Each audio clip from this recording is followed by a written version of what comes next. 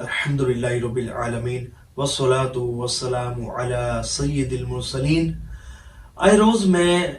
اس طرح کے comments red کرتا رہتا ہوں کہ درود پاک پڑھنے کا دل نہیں کرتا، درود پاک پڑھنے کی طرف طبیعت بڑی مشکل سے مائل ہوتی ہے، ہمارا درود پاک بڑی مشکلوں کے ساتھ پڑھا جاتا ہے، درود پاک پڑھتے ہوئے سستی چھا جاتی ہے، جمائیاں آنا شروع ہو جاتی ہے، نیند آنا شروع ہو جاتی ہے۔ ہم کیا کریں، ہمارا درود پاک نہیں پڑھا جاتا، بہت تھوڑی تعداد میں ہمارا درود پاک پڑھا جاتا ہے کہ نیند آنا شروع ہو جاتی ہے۔ تو آج کی ویڈیو بڑی ہی امپورٹنٹ ہے، اگر توجہ کے ساتھ اور مکمل سنیں گے اللہ نے چاہا تو آپ کو بہت زیادہ فائدہ ہوگا۔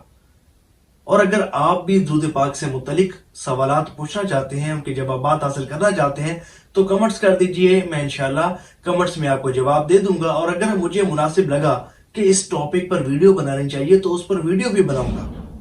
دیکھیں، اب بڑھتے ہیں آپ کے سوال کی طرف اور اس ٹاپک کی طرف کہ درود پاک پڑھتے ہوئے سستی کا طاری ہونا، جمائیاں آنا، نیند کا آ جانا، یہ کیوں ہوتا ہے؟ دیکھیں، جیسا کہ آپ سب کو معلوم ہے کہ شیطان ہم سب کا ازلی دشمن ہے۔ دیکھیں، وہ کب چاہے گا کہ آپ درود پاک کی کثرت کریں اور اس کی برکت سے اللہ کریم کی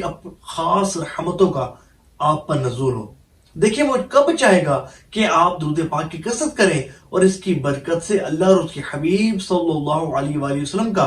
قرب خاص آپ کو حاصل ہو۔ وہ کب چاہے گا کہ آپ درود پاک کی کثرت کریں اور اس کی برکت سے اللہ اور اس کے حبیب صلی اللہ علیہ وآلہ وسلم سے آپ کا تعلق مضبوط ہو جائے۔ وہ کب چاہے گا کہ آپ درود پاک کی کثرت کریں اور اس کی برکت سے آپ کی نیکیوں میں اضافہ ہو۔ وہ کب چاہے گا کہ آپ درود پاک کی کثرت کریں اور اس کی برکت سے آپ کا خاتمہ ایمان پر ہو اور آپ ایمان کی حالت سے اس دنیا سے رخصت ہوں۔ وہ کب چاہے گا کہ آپ درود پاک کی کثرت کریں اور اس کی برکت سے روز محشر کی سختیوں سے محفوظ رہیں۔ وہ کب چاہے گا کہ آپ درود پاک کی کثرت کریں اور اس کی برکت سے آپ کا نامہ اعمال نیکیوں سے خوب وزنی ہو جائے۔ وہ کب چاہے گا کہ آپ درود پاک کی کثرت کریں اور اس کی برکت سے بروز قیامت آپ کو حضور نبی کریم رؤوف الرحیم صلی اللہ علیہ وآلہ وسلم کی شفاعت نصیب ہو۔ وہ کب چاہے گا کہ آپ درود پاک کی کثرت کریں اور اس کی برکت سے آپ کو جنت میں داخلہ نصیب ہو۔ وہ کبھی بھی نہیں چاہے گا۔ اس لیے جب آپ درود پاک پڑھنے بیٹھتے ہیں تو سستی ہونا شروع ہو جاتی ہے، جمائیاں آنا شروع ہو جاتی ہیں، نیند آنا شروع ہو جاتی ہے، غفلت طاری ہونا شروع ہو جاتی ہے۔ ہوتا یوں ہے کہ شیطان بندے کے اعصاب پر سوار ہو جاتا ہے، اور حدیث طیبہ میں بھی آتا ہے نا کہ شیطان انسان کے جسم میں خون کی طرح دوڑتا ہے۔ اب ہوتا یوں ہے کہ آپ جیسے ہی درود پاک پڑھنے بیٹھتے ہیں تو نیند آنا شروع ہو جاتی ہے۔ اچھا، اگر آپ درود پاک پڑھنا چھوڑ دیں، اس کی جگہ موبائل اٹھا لیں اور پھر موبائل اٹھا کر آپ واٹس ایپ، فیس بک اور سوشل میڈیا کا استعمال شروع کر دیں تو آپ خود دیکھیں گے کہ وہی نیند کی جو بڑی زوروں سے آ رہی تھی ایک دم نیند اڑ جاتی ہے، اور بندہ اتنا زیادہ موبائل میں مصروف ہو جاتا ہے اور اتنا زیادہ سمجھو کہ گھنٹوں اپنے برباد کرنے کے باوجود بھی اسے محسوس بھی نہیں ہوتا کہ وقت اتنا زیادہ ہمارا گزر گیا ہے، ہمارا قیمتی وقت ہمارا گزر گیا ہے، اور پھر گھنٹوں بعد اسے پتا چلتا ہے کہ بھئی مجھے تو نیند آنا شروع ہو گئی تھی۔ یہ کیا، میں نے موبائل اٹھایا اور سمجھے کہ نیند ایک دم سے اڑ بھی گئی اور گھنٹوں میں موبائل چلانے میں مصروف رہا۔ یہ اکثر ہم لوگوں کے ساتھ ہوتا ہے، اور آپ میں سے بعض ایسے بھی ہوتے ہوں گے کہ جو رات کو 12، 1 بجے، 2 بجے سوتے ہوں گے۔ اگر وہی بندہ کہ جو 12، 1 بجے، 2 بجے سوتا ہے نا، وہ صرف شام کو عشاء کی نماز کے بعد تسبیح اٹھا کر درود پاک پڑھنا شروع کر دے، دیکھیں اسے نیند آتی ہے یا نہیں آتی۔ اور وہی بندہ اگر رات کو موبائل اٹھا کر لے کر بیٹھ جائے تو گھنٹوں موبائل میں مصروف رہے گا۔ دیکھیں، بزرگان دین رحمہم اللہ المبین فرماتے ہیں کہ یہ جو عبادات ہے نا، یہ عبادات، ذکر و اذکار، نوافل، یہ جتنی بھی عبادات ہیں، درود پاک کی کثرت ہو گئی، یہ ساری عبادات پھولوں کی سیج ہیں۔ یہ پھولوں کی سیج کی مانند ہے کہ جب بندہ پھولوں کی سیج پر لیٹتا ہے تو ظاہر ہے کہ اس کی سافٹنس، اس کی پاکیزگی، اس کی خوشبو کی وجہ سے بندے کو نیند آنا شروع ہو جاتی ہے، بندہ پر لطف ہو جاتا ہے، اس کو نیند آنا شروع ہو جاتی ہے۔ اور پھر فرمایا ہے کہ یہ جو گناہ ہے نا، یہ کانٹوں کی مانند ہے، کہ یہ بتائیں کہ بندہ بھلے جتنا مرضی تھکا ہو، کانٹوں پر، نوک در کانٹوں پر، کہ جو اس کے جسم کو زخمی کر دیں، وہ کبھی بھی کانٹوں پر نہیں سوئے گا۔ اس لیے بندہ جب ان گناہوں کی طرف، یقین مانے بہت سارے ایسے لوگ ہیں کہ موبائل کھولیں گے، بد نگاہی کریں گے، اپنی آنکھوں کو حرام سے پر کریں گے، گھنٹوں لگے رہ جاتے ہیں، لیکن احساس ہی نہیں ہوتا، معلوم ہی نہیں ہوتا کہ کتنا قیمتی وقت ہم نے اللہ کی نافرمانی میں گزار دیا۔ دیکھیں حدیث طیبہ میں آتا ہے کہ بروز قیامت انسان کو سب سے زیادہ حسرت اس گھڑی پر ہوگی جو گھڑی بغیر اللہ کے ذکر کیے گزری ہوگی۔ اور اب تصور کریں کہ ہم اپنی زندگی کا قیمتی حصہ فضولیات میں صرف کر دیتے ہیں، اللہ کو ناراض کرنے والے کاموں میں صرف کر دیتے ہیں۔ ہم غفلت کی نیند سوتے رہتے ہیں کہ یک موت کا پیغام آ جاتا ہے اور ہمیں نہ چاہتے ہوئے بھی اس دنیا سے رخصت ہونا پڑتا ہے، اور پھر اس کے بعد پچھتاوے کے سوا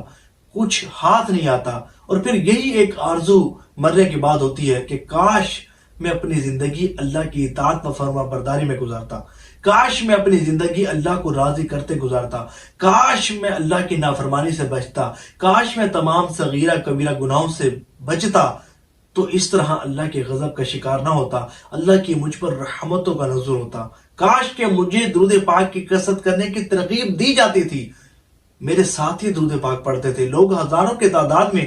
درود پاک پڑھتے تھے، مجھے بھی ترغیب دیتے تھے، لیکن میں ایک کان سے سنتا تھا اور دوسرے کان سے نکال دیتا تھا، اور بس تھوڑا سا درود پاک صرف دکھانے کے لیے پڑھا کرتا تھا۔ میں تو اپنے اوقات کو اللہ کی نافرمانی میں صرف کیا کرتا تھا۔ دیکھیں جب آپ درود پاک کی کثرت کرتے ہیں نا، تو اس کی برکت سے آپ کے دل کا زنگ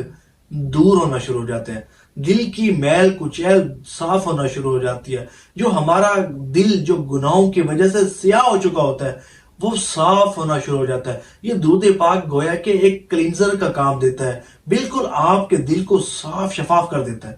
اور جب بندہ درود پاک کی کثرت کرتا ہے تو اس کی برکت سے اس کا دل صاف و شفاف ہو جاتا ہے، اور پھر وہی بندہ کہ جو پہلے اللہ کی نافرمانی میں مصروف رہتا تھا، جب درود پاک کی کثرت کرتا ہے تو اس کا دل جب صاف ستھرا ہو جاتا ہے، تو پھر وہی دل ہوتا ہے کہ جو اللہ کی عبادت پر آمادہ ہو جاتا ہے، عبادت میں دل لگنا شروع ہو جاتا ہے، عبادت میں خشوع خضوع اسے نصیب ہونا شروع ہو جاتا ہے، عبادت کی توفیق اسے ملنا شروع ہو جاتی ہے۔ تو اس لیے سب سے پہلا کام یہ کہ اپنے دل کی صفائی کریں، اپنے دل کے زنگ کو دور کریں، دل پر جو دبے لگے ہوئے ہیں، دل پر جو مورے لگی ہوئی ہیں، ان کو درود پاک کی کثرت کرنے کے ذریعے صاف کریں۔ قرآن کریم کی تلاوت یہ دل کو صاف کرنے کا ذریعہ بنتی ہے، استغفار کی کثرت یہ دل کو صاف کرنے کا ذریعہ بنتی ہے، درود پاک کی کثرت یہ دل کو صاف کرنے کا ذریعہ بنتی ہے، گناہوں سے سچی توبہ یہ دل کو صاف کرنے کا ذریعہ بنتی ہے، اور اللہ کے قرب کے حصول کا ذریعہ بنتی ہے۔ جب آپ گناہوں سے سچی پکی توبہ کریں گے، گناہوں کو چھوڑ دیں گے، اور پھر جو ہے وہ توجہ کے ساتھ درود پاک پڑھیں گے، تو انشاءاللہ سستی بھی نہیں ہوگی۔ اور اگر بالفرض کبھی آپ کو درود پاک پڑھتے ہوئے سستی ہو بھی جایا کرے اور نیند ایسے لگے کہ بس اب نیند آنے والی ہے، تو تھوڑا سا واک کر لیا کریں، چلتے پھرتے درود پاک پڑھ لیا کریں، اس سے بھی نیند دور ہو جائے گی۔ یا اگر آپ چاہتے ہیں کہ رات کو آپ کو درود پاک پڑھنے کا موقع ملے، وقت ملے، تو دن میں تھوڑا سا کیلولا کر لیا کریں، یہ سنت مبارک ہے۔ اور پھر جو ہے نا جب آپ کیلولا کر لیں گے تو آپ کا جسم جو ہے وہ رات کو اللہ کی عبادت کے لیے تازہ دم ہو جائے گا۔ پھر آپ نوافل پڑھیں، درود پاک پڑھیں، تلاوت قرآن کریم کریں، جتنی مرضی عبادت کرنا چاہیں کر سکتے ہیں۔ اور دیکھیں اللہ تعالیٰ نے ہمیں بھیجا بھی تو اسی لیے نا، اللہ تعالیٰ فرماتے ہیں وَمَا خَلَقْتُ الْجِنَّ وَالْإِنسَ إِلَّا لِيَعْبُدُونَ، کہ ہم نے جن اور انسانوں کو اپنی عبادت کے لیے پیدا کیا ہے۔ تو جب کیا ہی ہمیں اپنی عبادت کے لیے پیدا ہے تو ہمارا یہ حق بنتا ہے کہ ہم اللہ کی عبادت کریں، اس کی بندگی کریں، اس کو راضی کریں، اور اپنی زندگی اللہ کی اطاعت اور فرما برداری میں صرف کریں، اس کو ناراض کرنے والے کاموں سے بچیں،